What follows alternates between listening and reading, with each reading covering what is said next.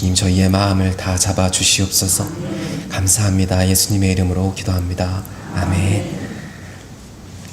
정보를 얻고 나누는 수단이 이 말에서 말로, 구전에서 이 문자로, 그리고 또 벽보에서 신문과 책으로, 라디오로, TV로 발전을 하였고요. 그것이 이제 컴퓨터와 스마트폰, 인터넷이라는 다양한 방법과 수단으로 또 바뀌고 있습니다.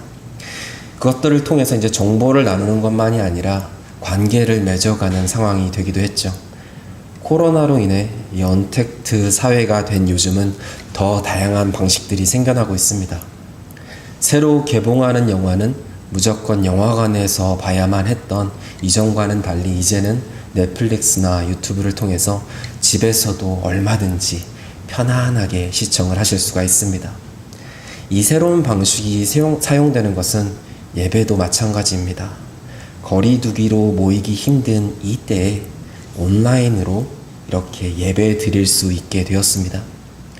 돌아보니 우리 교회에 제가 와서 말씀을 나눈 게 한 8번 정도가 되더라고요.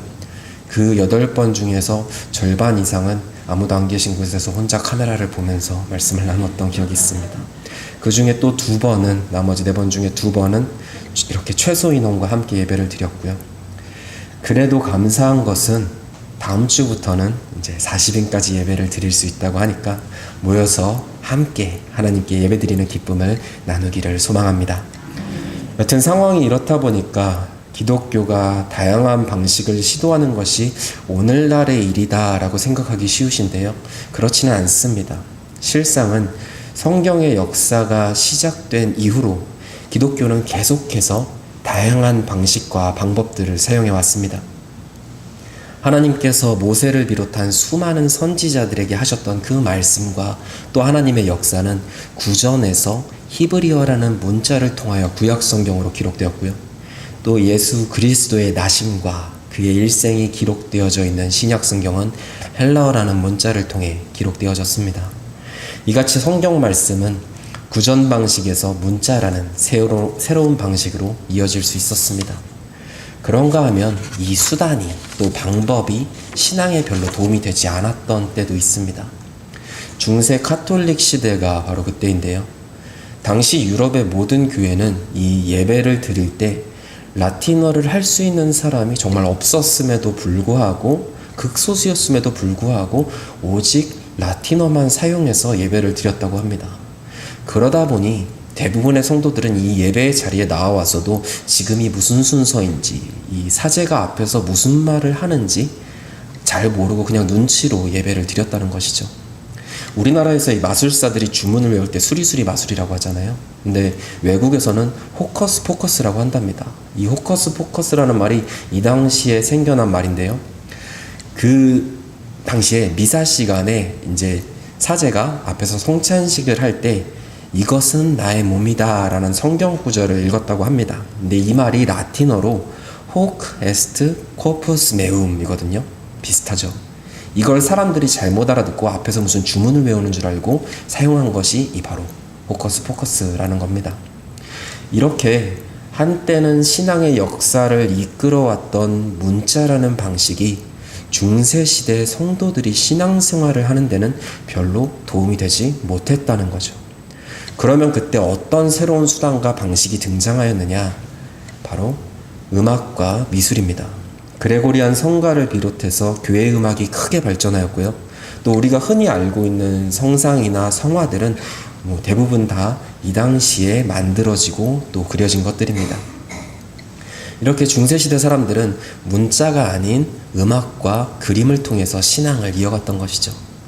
그럼에도 불구하고 그 한계는 분명했습니다. 말씀에 대한 왜곡이 심했고요. 그로 인해 카톨릭 교회는 심각하게 타락하고 맙니다. 이렇게 카톨릭 교회의 타락이 극에 달했던 1517년 잘 아시는 종교개혁이 일어났습니다. 이 종교개혁의 또 다른 수단이 사용되었는데요. 구텐베르크가 발명한 금속활자, 인쇄술이죠. 이 금속활자가 종교개혁이 성공하는 데 큰 공헌을 합니다. 구텐베르크가 1450년 금속활자 인쇄기를 발명을 하고 1455년에 처음 그 인쇄기를 가지고 성경 66권 중에 30권을 180부 인쇄하는 데 성공을 합니다. 그 전까지 이 성경의 제작은 오로지 필사로만 하였기 때문에 당시 성경 한 전체 세트의 가격이 집 한 채에서 집 10채의 가격이었다고 합니다. 어마어마하게 비쌌다는 거죠. 그러다 보니까 성경은 이 교회와 또 수도원의 전유물이 될 수밖에 없었습니다. 하지만 이 인쇄기를 사용하기 시작한 이후에는요, 일반인들도 하나님의 말씀인 이 성경을 가질 수 있게 되었다는 거죠. 그리고 루터가 비텐베르크 성당에 게시한 이 95개조 반박문 역시 이 인쇄기 덕에 딱 2주 만에 30만 부 이상이 인쇄가 되어서 독일 전역에 퍼지게 되었습니다. 이렇게 인쇄라는 새로운 방식은 종교개혁에 큰 공헌을 하였습니다. 이렇게 기독교 역사를 살펴보면 다양한 시도는 신앙이 성장하는 데 도움이 되었던 것은 분명합니다. 오늘날도 마찬가지고요. 코로나로 인해 대면 모임이 제한되고 주일 예배마저도 최소한의 인원으로 모여드려야 하는 이 상황 속에서 온라인 예배라는 이 새로운 방식은 우리에게 분명히 참 많은 위로가 되었습니다. 그런데 문제는 이러한 상황이 길어지다 보니 어느샌가 우리들의 마음도 느슨해졌다라는 것입니다. 매 주일 예배는 드리는 것 같은데 정말로 내가 예배를 제대로 드리고 있는 것인지, 이렇게 예배해도 되는 것인지 하는 의문이 생기더라는 거죠. 코로나 초기에는 분명 이 온라인으로라도 예배를 드릴 수 있음에 참 감사했고 또 그 마음에 위로가 되었는데 1년이 훌쩍 지난 지금은 많은 분들이 이 예배자로서의 정체성이 흔들리고 있다라고 말씀들을 하십니다. 이러한 고민의 이유는 이 공간과 시간이라는 것에 제약을 받지 않는 이 온라인이라는 방식이 가진 특징 때문인데요. 언제 어디서든 자신이 원하는 정보와 지식을 얻을 수 있기 때문에 이 지금이라는 현재의 시간과 여기라는 이 공간의 개념이 무의미해지면서 사적 공간과 공적 공간의 구분이 희미해졌다라는 것입니다. 그러니까 집에서 학교 수업을 컴퓨터로 하면서 느긋하게 아침 식사를 하고 있는 저희 딸 같은 그런 상황이 일어나게 되는 거죠. 이런 특징을 예배에 적용해 본다면요, 이전에는 예배를 드리기 위해서 시간과 장소를 구별하였습니다. 주일 1부면 7시 반, 2부면 9시, 3부면 11시. 시간을 구별하고 청교회 예배당이라는 이 장소를 구별하였죠. 그런데 온라인으로 예배를 드릴 때는요, 우리 집이, 집의 거실이, 집의 안방이 지극히 나의 사적인 공간이 공적인 예배의 공간이 됩니다. 시간도 마찬가지입니다. 혹시 실시간 예배를 놓쳤더라도 다시 보기로 언제든지 예배할 수 있게 되었습니다. 이러한 온라인의 특징은 분명히 처음에는 도움이었습니다. 하지만 이것이 우리에게 편안함을 주다 보니 서 있으면 앉고 싶고, 앉으면 눕고 싶고, 누우면 자고 싶은 것처럼 시간이 지날수록 우리의 마음은 느슨해지고 예배에 온전히 집중하기 점점 더 어려워지는 현실이 되고 말았다는 것입니다. 이 코로나라는 바라지 않았던 상황으로 인해 신앙생활에 있어서 참 많은 것들이 변해버렸고요. 그 가운데 가장 큰 영향을 받고 있는 것이 바로 이 예배입니다. 그러기에 지금 이 시간, 이 때에 더 자신을 돌아보아야 하는 것이죠. 과연 나의 예배는 이대로 괜찮은 것인지, 이 어려운 시기에 나는 예배자로서 하나님 기뻐 받으시기에 합당한 온전한 예배를 드리고 있는지 정직하게 자신을 돌아보며 예배자로서의 모습을 점검해야 합니다. 오늘 우리에게 주신 하나님의 말씀, 이 사무엘하 6장에 나오는 다윗과 또 다윗의 예배를 통해 무엇이 하나님이 원하시는 예배이고 또 우리가 예배자로서 회복해야 할 것은 또 무엇인지를 함께 나누고자 합니다. 오늘 본문은 하나님의 임재를 상징하는 여호와의 궤를 다윗성으로 옮겨오던 그 당시의 사건을 기록하고 있습니다. 이 사무엘상의 말씀을 보면요, 본래 이 법궤는 실로에 있었습니다. 그런데 엘리 제사장 때 이스라엘 백성들이 블레셋과의 전쟁에서 이 법궤를 전쟁에 가지고 나간 다음 빼앗기고 맙니다. 전쟁에서 자꾸만 패하고 사람들이 죽으니까 이 혹여 법궤를 가지고, 하나님의 궤를 가지고 전쟁에 나가면 하나님이 함께 하시는 것과 마찬가지이니 이기지 않을까라는 생각을 했던 것이죠. 그런데 결과는 정반대였죠. 전쟁은 참패하고 여호와의 궤마저 블레셋에게 빼앗기고 맙니다. 이후 우여곡절 끝에 법궤를 돌려받기는 했는데요. 그 도로 찾은 여호와의 궤를 실로로 다시 가져온 것이 아니라 기럇 여아림이라는 아비나답의 집으로 가져갑니다. 그리고 그곳에서 무려 20년이라는 그 긴 시간을 이 하나님의 임재를 상징하는 법궤가 아비나답이라는 한 개인의 집에 있게 되죠. 하나님의 임재를 상징하는 여호와의 궤가 있어야 할 곳은 어디입니까? 성막입니다. 하나님의 말씀대로 만들어진 성막 한가운데가 그 있어야 할 자리입니다. 그런데 엘리 제사장이 죽은 후 사울이 왕으로 있던 그 시간, 그 20년이라는 긴 시간 동안 여호와의 궤는 있어야 할 곳에 있지 못했던 것입니다. 그래서 20년이 지난 후 다윗이 왕이 되었을 때 가장 먼저 한 일이 바로 이 여호와의 궤를 있어야 할 곳으로, 원래 그 자리로 옮기는 일이었습니다. 하나님을 위하여 장막을 만들어 놓고 그 장막 한가운데에 여호와의 궤를 다시금 모셔오는 일, 그 일을 가장 먼저 행했던 것입니다. 그때에 오랜 시간 비어 있었던 예배의 자리가 회복되었고요. 하나님 기뻐하시며 칭찬하시고 축복하신 이 최고의 예배가 하나님께 올려지게 되었던 것입니다. 다윗이 하나님을 어떻게 예배하였는지 본문 13절에서 15절 말씀을 다시 한번 읽어드리겠습니다. 여호와의 궤를 맨 사람들이 6걸음을 가매 다윗이 소와 살찐 송아지로 제사를 드리고, 다윗이 여호와 앞에서 힘을 다하여 춤을 추는데 그때 다윗이 베헤봇을 입었더라. 다윗과 온 이스라엘 족속이 즐거워 환호하며 나팔을 불고 여호와의 궤를 메어오니라. 구약 시대의 제사가 그 모습과 형태가 오늘날 우리들이 드리는 이 예배와 같지는 않습니다. 특별히 주일 예배는 더 그렇습니다. 주일은 구약 시대의 이 안식일의 개념과 형태는 다르고, 예배 역시 죄사함을 위해 드리던 희생제사도 아닙니다. 하지만 그럼에도 불구하고 우리는 구약 시대, 그때 행해졌던 제사 속에서 예배 드리는 방법을 배울 수가 있습니다. 특별히 구약의 다른 제사들과는 그 방식이 조금 달랐던 다윗의 예배를 통해 이 시간 배우고자 합니다. 구약 시대의 제사라 하면 그 방식이 정형화되어 있어서 반드시 따라야 하는 규칙들이 있었습니다. 그런데 다윗의 성막의 모습은 오늘 말씀에는 나오지 않지만 그 방식이 좀 새로웠습니다. 24시간 365일 1년 내내 찬양이 끊이지 않았고요. 박수치고 노래하며 춤추며 하나님을 찬양하는 사람들이 끊이지 않았던 곳이 다윗의 성막입니다. 구약의 다른 제사장들이 봤다면 질색을 했을지도 모릅니다. 하지만 다윗이 누구입니까?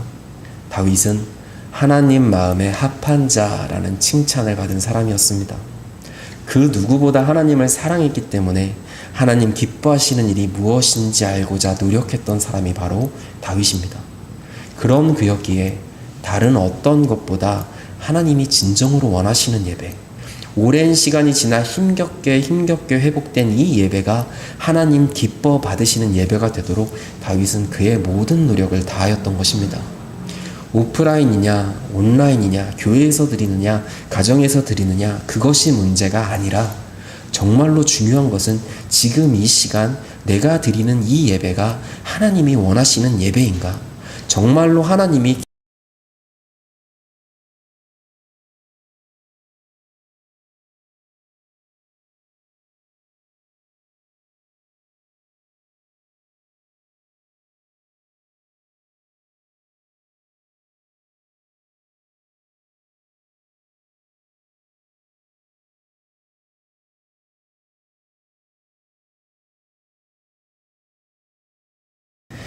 하나님께서 모세를 통하여 이 법궤에 대한 규정을 주실 때 여호와의 궤는 반드시 레위 사람들이 메어야 했습니다.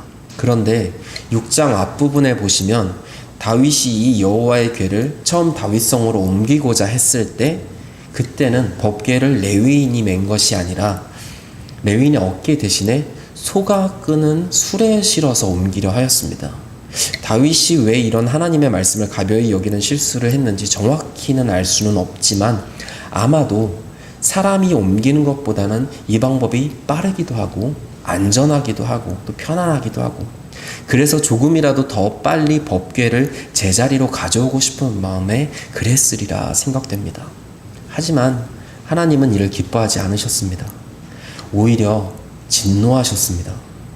나곤의 타작마당에 수레가 이르렀을 때 갑자기 소들이 뜁니다. 그리고 그 뛰는 소들 때문에 행여나 법궤가 떨어질까봐 웃사가 그 법궤를 딱 붙들었는데 그 순간 웃사는 그 자리에서 죽고 맙니다.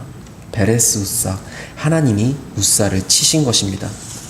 하나님이 웃사를 치신 이유는 명확합니다. 말씀대로 제대로 예를 갖추지 않았기 때문입니다.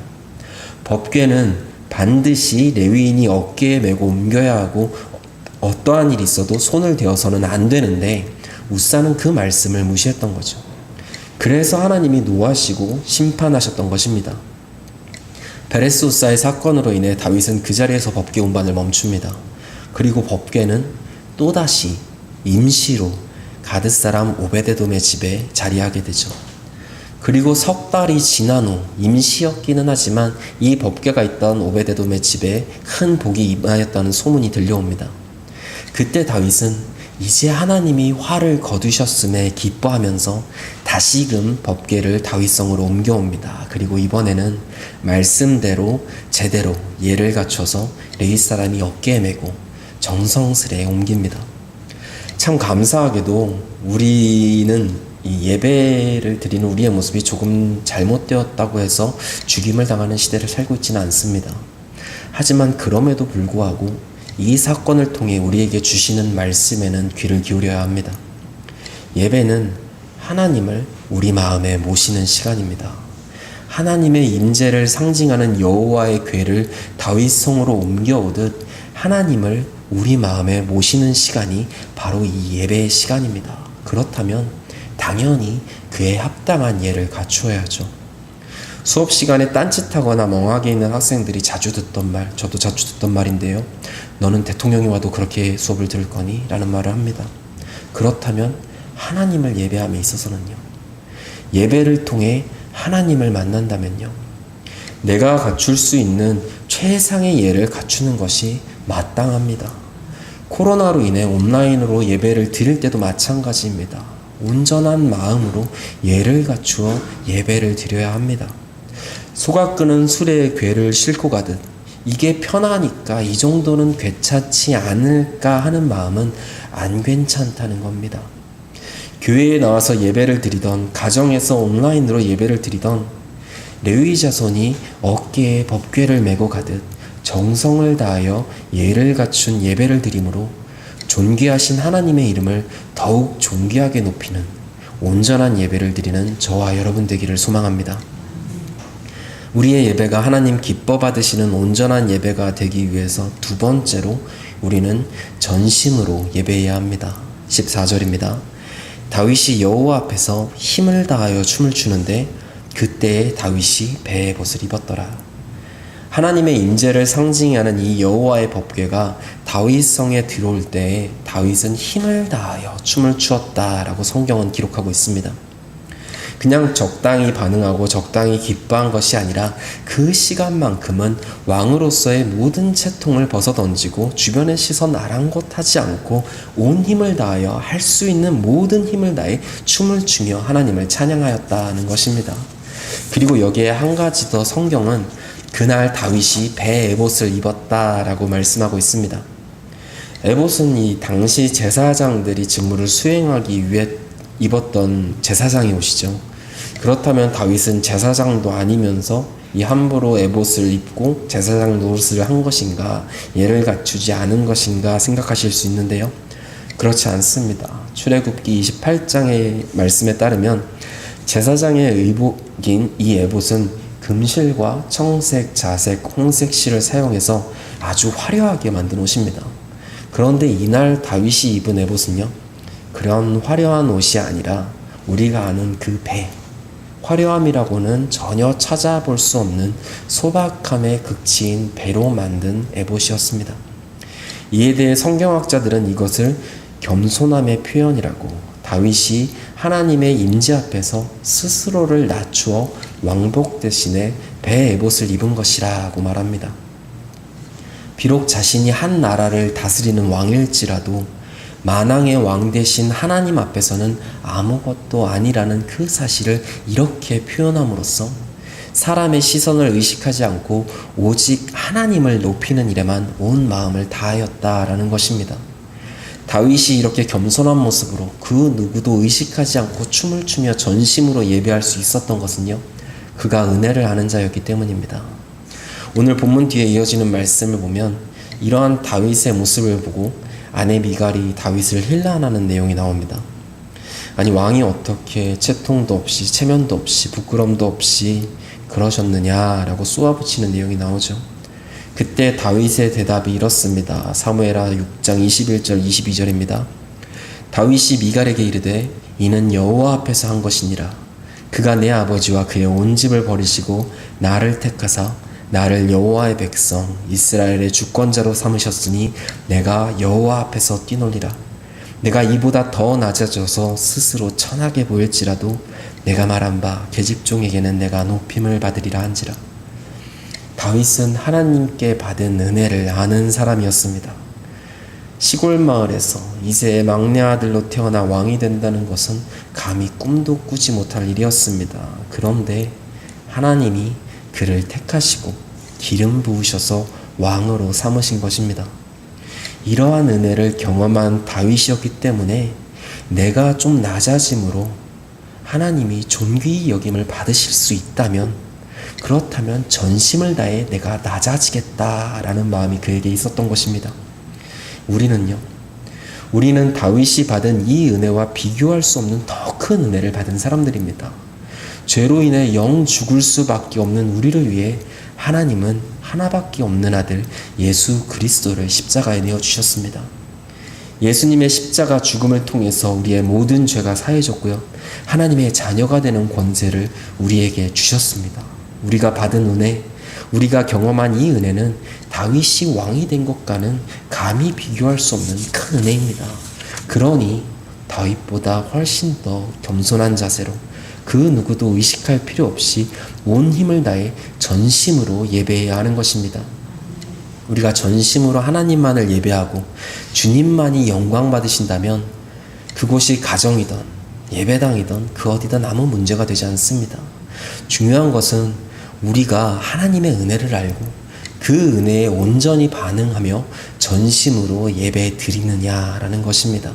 바라기는 이 시간 우리의 온 마음이 하나님만을 바라보므로 주님만이 홀로 영광 받으시는 예배의 시간이 되기를 소망합니다. 마지막 세 번째로 우리의 예배가 하나님이 기뻐 받으시는 온전한 예배가 되기 위해서는 함께 예배해야 합니다. 15절입니다. 다윗과 온 이스라엘 족속이 즐거이 환호하며 나팔을 불고 여호와의 궤를 메어오니라. 하나님의 임재를 상징하는 여호와의 궤가 다윗성으로 들어오던 날 다윗은 홀로 예배하지 않았습니다.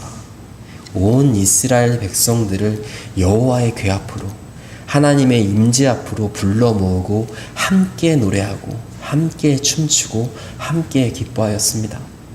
또한 다윗은 그렇게 모인 백성들을 향해 하나님의 축복을 선포하고 음식도 함께 나누었습니다.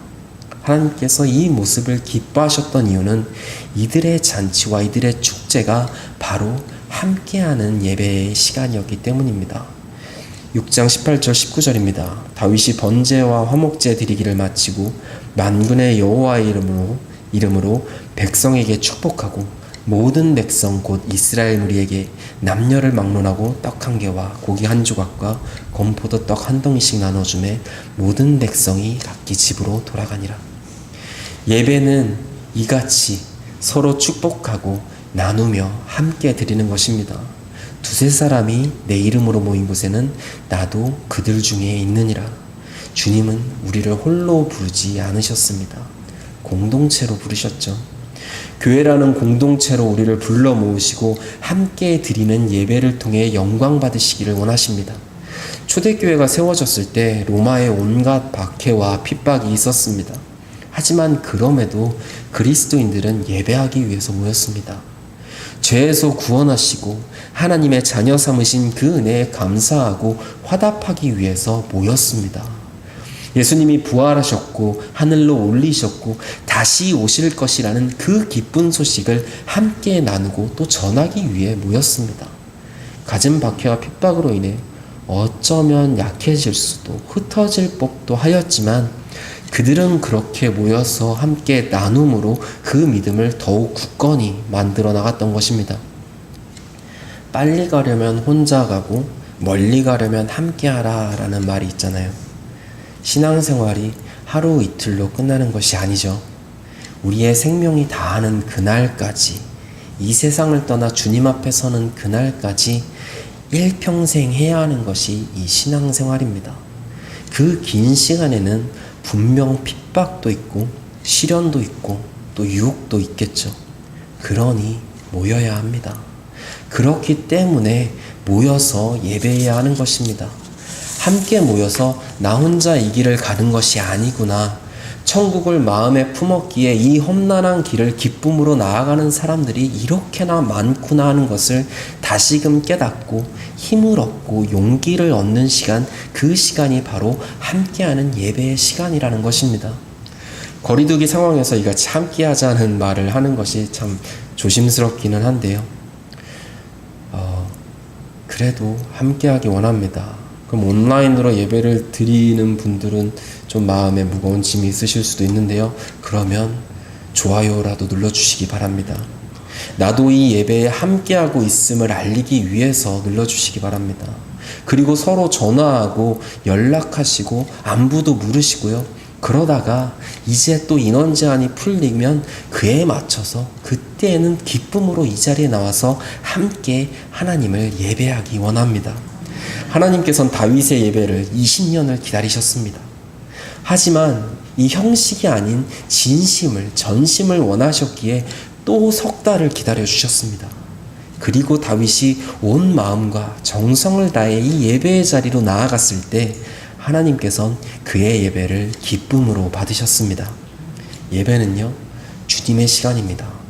우리가 받은 은혜를 주님께 감사하는 시간이고 온 마음과 힘을 다해 주님을 찬양해야 하는 시간이며 오직 주님만을 바라봄으로 찬양받기 원하시고 또 영광받기 원하시는 주님의 그 뜻이 이루어지는 시간입니다.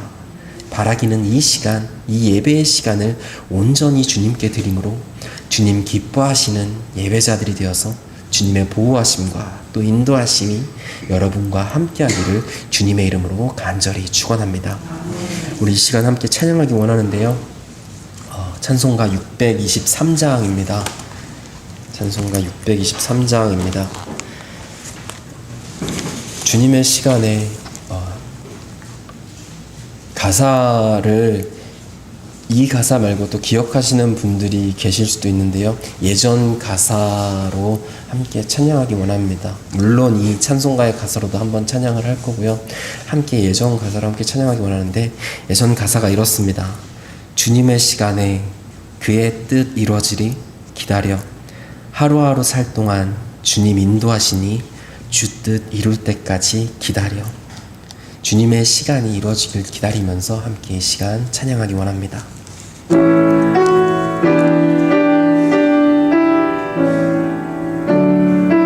주님의 시간에 주님의 시간에 그의 뜻 이루어지리 그의 뜻 이루어지리 기다려 하루하루 살 동안 주님 인도하시니 주 뜻 이룰 때까지 기다려. 한 번 더 찬양하겠습니다. 주님의 시간에 주님의 시간에 그의 뜻 이루어지리 기다려 하루하루 살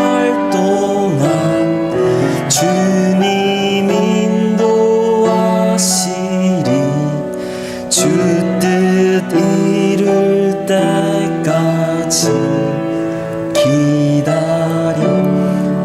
주님의 시간에, 주님의 시간에 주의 뜻 이루어지리 기다려.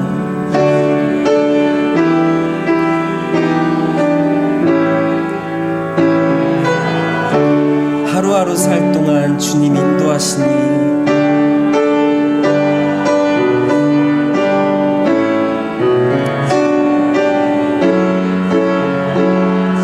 주 뜻 이룰 때까지 기다려.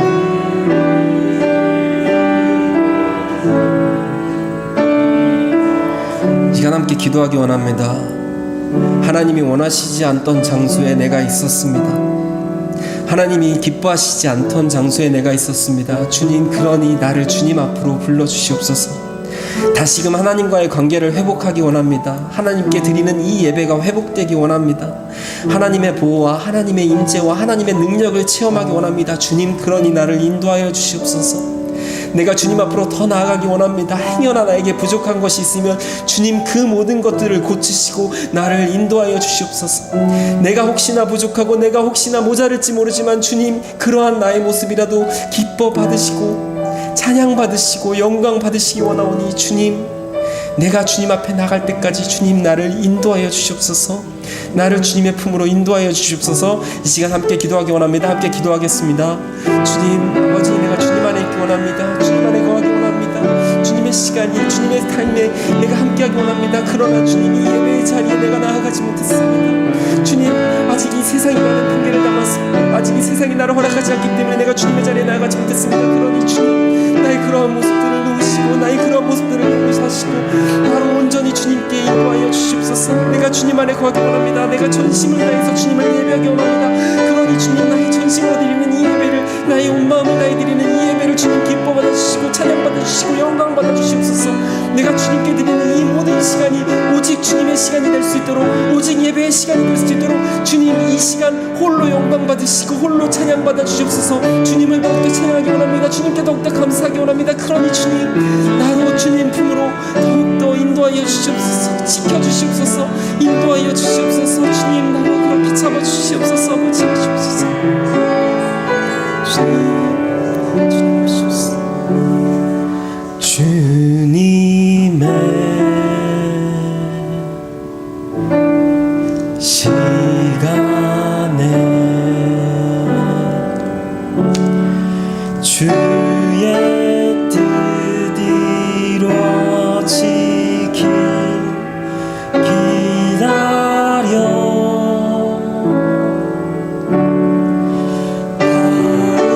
하루하루 살 동안 주님